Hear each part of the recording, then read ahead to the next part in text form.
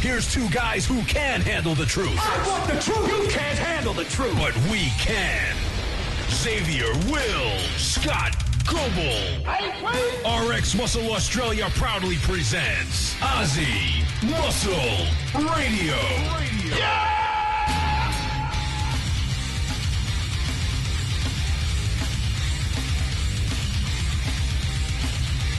Welcome back to Aussie Muscle Radio. Now I'm here with Matt Legge, ATP Chief Scientist, and we're here for 2 minutes with the scientist. Now, Matt, we're going to talk about thyroid function today. We've got, there's a few things, we talked about it a few weeks ago on Aussie Muscle Radio, and we talked a bit about iodine and how it contributes to thyroid function and things like that. We'll start off there. How important is iodine to thyroid function? Iodine is essential. Most subclinical low thyroid cases are associated with iodine deficiency, and it is the first place to start whenever we want to make sure someone's thyroid's hitting into that right window where it's not too low and not too high. Australia in particular is really low in iodine. We get terrible iodine supply from our diet. Even though iodine comes from the ocean and we're a coastal living community, we don't eat enough of the seaweeds and seafood and that sort of stuff to keep our iodine status up. One of the best sources of iodine is a herb called bladderwrack. That's a really good one because it contains the iodine which we can get an extract that's standardized for, and we can also, it has effects itself to maintain the health of the thyroid.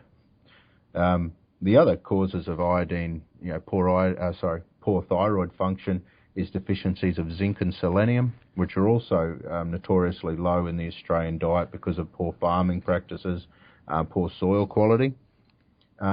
And then other things that are in our diet that actually slows down the thyroid function, which include things like gluten, soy, and high doses of that EGCG that comes out of green tea. Like most people are using green tea at high doses of this EGCG, that epigallocin gallate or whatever they call it, out of green tea in fat loss products, not knowing that if you take too much of that particular active ingredient in green tea, it can be associated with goiter and a slow thyroid function.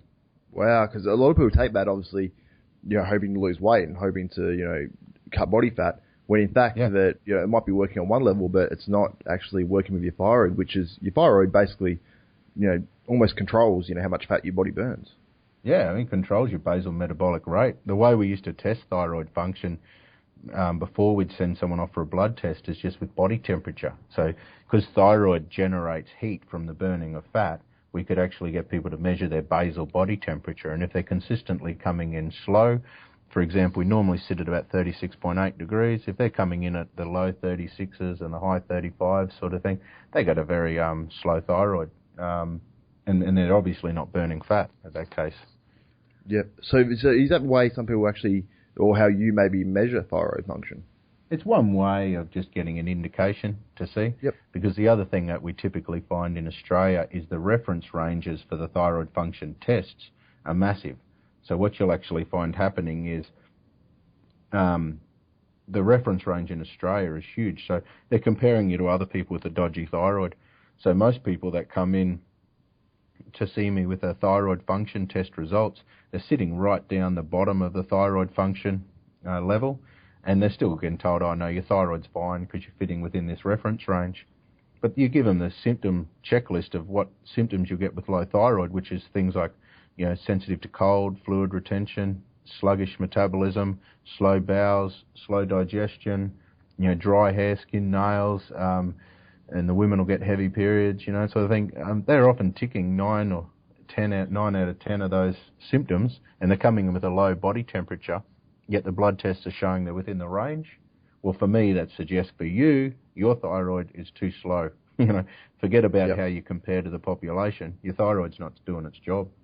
And in those cases, what we do is we start with things like bladderwrack, which contains the iodine, zinc and selenium, and other herbs like bauhinia, coleus, a lot of those sort of things that will actually drive the thyroid to work faster.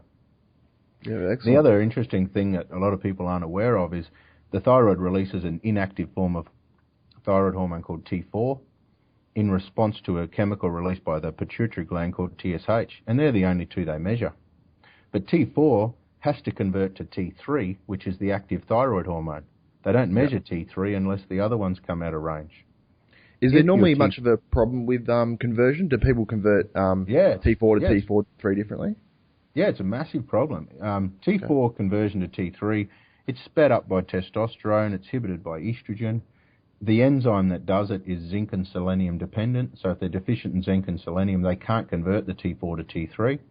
Inflammation inhibits it, cortisol inhibits it, so all those factors are there. Now, if that inhibition, if T4 to T3 conversion is inhibited, what happens is the T4 can convert to this thing called reverse T3.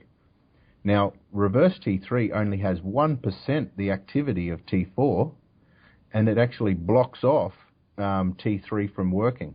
T3's got about 8 times the effects of T4 in the ability to burn fat. So if your T4 is converting to reverse T3, it actually tricks your brain and tricks your body into thinking your thyroid's going awesome, but it actually blocks all thyroid hormone activity and sends a message back to the brain saying don't bother doing anything about it. And now it's really hard to get anyone to measure reverse T3, but if you can, it often comes in really, really high. So a proper thyroid function test will do TSH, T4, T3, and reverse T3. In the liver and in the fat cells, there's also this compound called T2. So within our mitochondria, if our T4 can convert to T3, it has the ability to convert all the way through to T2. And T2 is the most thermogenic compound that helps insulin sensitivity, and it actually blocks the storage of fat. They're starting to look at a lot of research now using T2 to stop fatty liver and blocking the accumulation of fats within the liver. So it's a complex little process, but the key is controlling all of these little enzymes that help the conversion of T4 all the way through to T2 to be able to maximize your thermogenic capacity and maintain a healthy metabolic rate. Yep. So if you're at least getting the test where it measures T4 and T3, then you'll be able to actually see how much you are converting to T3. Yeah, exactly.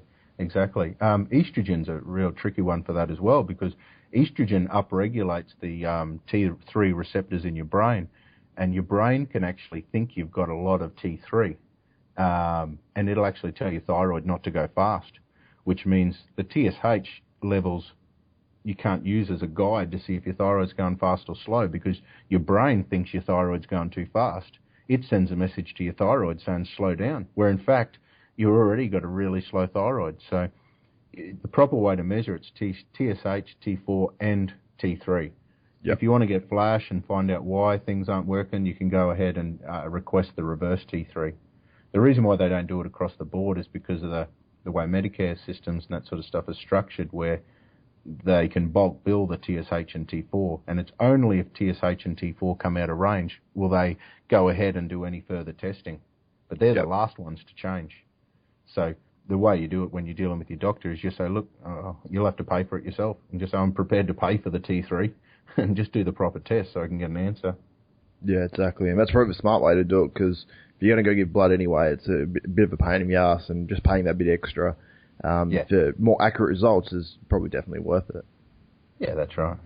That's right. All right. Now, thanks once again, Matt Legge. We're going to be back in a few weeks for another 2 Minutes with a Scientist. People are really enjoying the segments, and we're getting a lot of good feedback. So, Matt, thanks for being on once again. Thanks for having me.